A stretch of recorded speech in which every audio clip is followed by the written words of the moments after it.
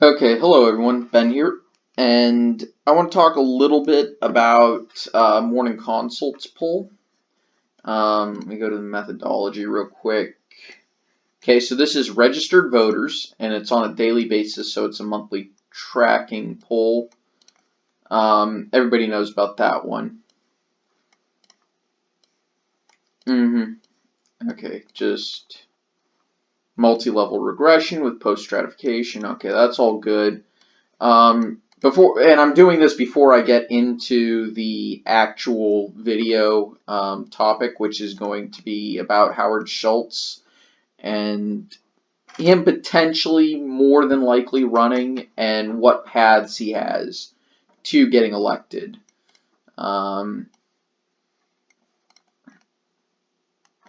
Anyway, so I wanted to kind of laugh at something because I guarantee you that the District of Columbia and Delaware, I guarantee you morning consult screwed up because that doesn't make a damn bit of sense. Yep, see, here, that would be about net of negative 14, right? Here, they're showing much different. I think in the drop-down tabs, they mixed up the District of Columbia and Delaware. I honestly think that's what happened here. This isn't showing that all of a sudden Donald Trump is polling really poorly in Delaware and all of a sudden polling at a high enough rate to make the District of Columbia competitive. No. That's nowhere near what it is. I think they just messed up in this tab. Because here, if we look at Delaware, that's about where we would expect it. And I'm assuming the District of Columbia, if I can mouse over it, I can't, but would be there. So I just thought that was kind of funny. I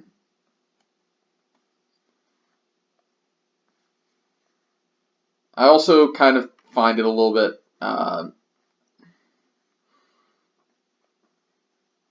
I think they may be doing something that I'm not a big fan of when it comes to how they're measuring approval rating.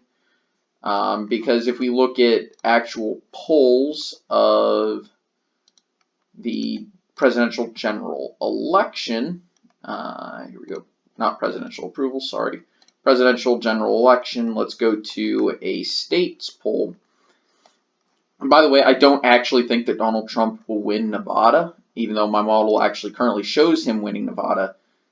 That's negative 10, but if we look at the average from the poll, I think it's Trump plus 1 or Trump plus 2, like 51-49 Trump advantage. Look at Pennsylvania. This is, I forget exactly what it is, but it's reasonably close. I think it's Trump down by 3 or 4, which is about 3% better. Oops. And you can just go through, and Trump is beating his approval rating in each and every state in terms of general election polling if you take the average.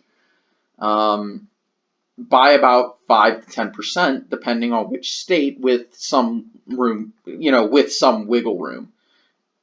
So that would put a state like Michigan in play.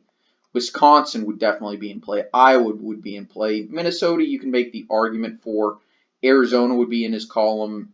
Nevada would be definitely in play. Colorado could be in play. You can make the argument for New Mexico being in play. Virginia would be in play. Of course, those would be in play. Delaware, you can make the argument for. You can make the argument for New Hampshire. You can make the argument for Maine. Stuff like that, right? So, anyway, if you want a polls only look, just go to the link in the description that says my model and click on the tab that says state and national mean. This will give you a state-by-state breakdown of just polls and approval rating only, and yeah, polls and approval rating only, and actually from each state, and this is just the national average, which doesn't even factor in approval rating. This would indicate that it's a competitive election, right? So if you want polls only, go here. If you want fundamentals factored in, go here to the forecast, right? So you can use both of those. So I'm going to exit out of these, and I want to talk a little bit about Howard Schultz, who says that he has a team that has developed a path for to actually reach 270 electoral votes. How much do I believe him? I believe that he actually could theoretically make the argument that yes, he does have a path if he captures centrist voters and does it in the right way. So let's start with states that would make sense for him to do so. Number one, he would need to win, say, his home state of Washington. I think that's an obvious target for him. He would also need to win highly elastic states in the New England area,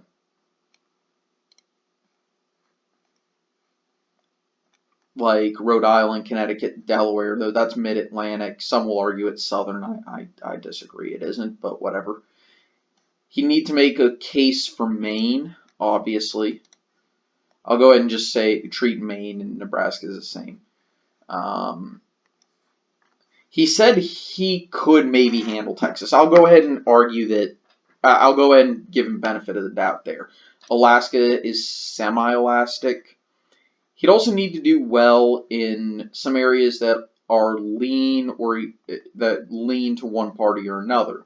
He would need to make the argument that the Democrats are too far to the left for those states in the coastal region, but the Republicans have moved too far to the right. And that's going to be very difficult because these states are not very elastic, and it's more about turning out your base in these states. There aren't a lot of swing voters, except in Florida, so I'm actually going to take off Georgia. I'm going to take off South Carolina. I'm going to take off North Carolina. I'll actually give him Virginia. I'll give him the benefit of the doubt. That's still only 113, so that means he's going to need to get, say, in Oregon. He's going to need to make arguments in the Southwest. I'll give him Utah. That would be an easy one for him to go after. Nevada and Colorado, you can make arguments for. The real question is, could he win Arizona? Well, Arizona's kind of a centrist state, but has Republican tendencies in a lot of ways. New Mexico is one that I'm not entirely positive about. I'll leave that one off the map. And he's still over 120 votes short. And this is where it gets difficult. He would need to compete in traditional swing states, like New Hampshire. Go ahead and say Minnesota, Michigan, Wisconsin, Pennsylvania, Ohio. He'd need to compete there. Now we're only down to him needing 40 votes. And this is where it gets difficult for him to do this. He can make an argument for Missouri. I could maybe see him making an argument for Indiana in his path. Now we only need 19 votes. Well, this is where I'm starting to run out of easy targets. He can make, because I don't think he's going to make an argument for these states. He'd need to make a run for Iowa. He would need to make a run for New Mexico. And I just don't see him picking up the rest in any easy way.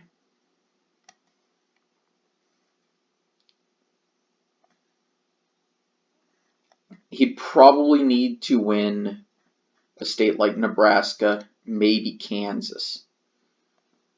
But that's the problem. Those aren't easy states. Those are beyond just lean to one party or another. And you'll notice that a lot of these are actually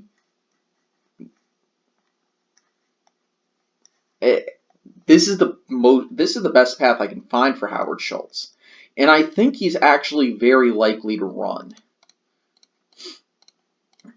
So let's say he actually does manage to get a hold of, say, not only let's assume that he runs, but let's assume that he also is competitive. So, by the way, I'm going to start off with the 2016 map, no shading for right now. I'm not even going to bother with shading. I don't think it's going to be useful for right now.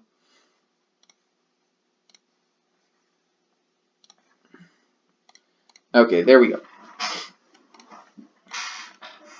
So, where would Howard Schultz need to compete in order to throw this into the House? Well, he would need to be going after Republican states.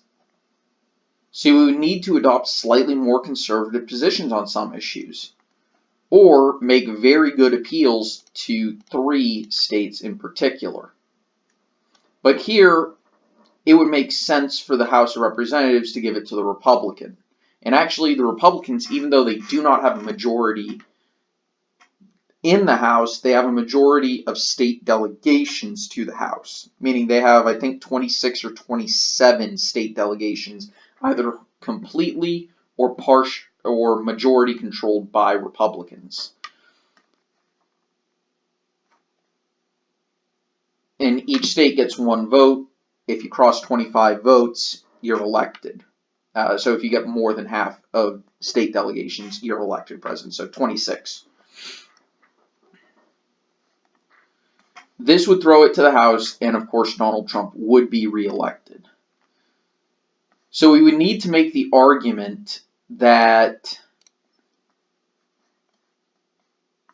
so he would need to win enough states to make it competitive. So we would need to pick up a Florida, he would need to pick up Texas, and this would automatically flip control into, say, Democrats, right? Well, Democratic House Republicans would still have control, and they would vote for the Republican to win, because they'd argue that without Howard Schultz, Donald Trump would have captured more electoral votes. And that is assuming, and that's why I don't think Howard Schultz has a realistic shot if he doesn't get 270. And again, he needs to start with Washington. He needs to start with these highly elastic states on the eastern seaboard. And then he needs to start thinking about going after swing states. Because without going after swing states, he's not getting elected. And even here, he's still in second place. He'd need to go after Maine, right? He would need to go after, say, a Missouri. He'd need a Kansas. He'd need a Nebraska. He'd need a Texas. He'd need an Arizona. He would need a New Mexico. And he's still 11 votes short. There's 4. There's 7. That puts him literally at 270. And that's just, this is not a realistic map for him. It really isn't, because it's too precarious a coalition for him to actually get elected. Oops, sorry. So, the reason why I'm going to treat Howard Schultz, at least in my own personal forecast, as a serious candidate is because I honestly think that the chances of him running are above 60%. I honestly think he's just waiting to declare rather than he's still on the fence about it. I honestly think he's just waiting to declare. So in my own personal forecast, I'm going to start treating him seriously. I'm going to start treating him as right now getting about 5 to 7% of the popular vote. And I'm going to start adjusting my personal forecast correctly when he does officially declare and when he starts actually getting included in more and more polls. I'm going to start including his figures in the polling for the general election as well. and add another column for all of that. Okay, and I'll adjust it in the forecast tab and the polling average tab as well. And I'll figure out how best to do that, because